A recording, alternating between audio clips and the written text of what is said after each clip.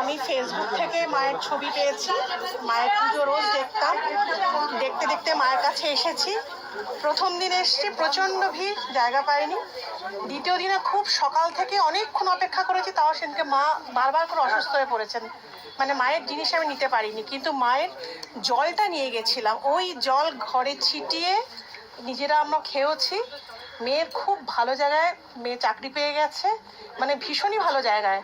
হ্যাঁ, এবং সব কিছু হয়ে গেছে। ওই জন্য আমি নিজে থেকেই মানসিক করে মায়ের কাছে এসেছি। মানে এত কৃপা, শুধু জলটা খেয়ে আমি মানে মায়ের জিনিস নিচ্ছি। সেদিকে মা প্রচন্ড অসুস্থ, মানে 3বার উনি অসুস্থ হয়ে পড়েছেন, বসেছেন আবার চলে গেছেন ঘরে।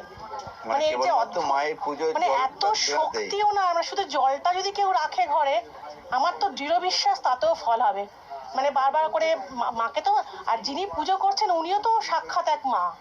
মানে ওনাকে আমরা জয় মা মনসা দেবী কি জয়, আর ওনার পায়ে হাত দিয়ে আমরা প্রণাম করে গেছি, কারণ প্রচন্ড অসুস্থ ছিলেন উনি সেদিনকে।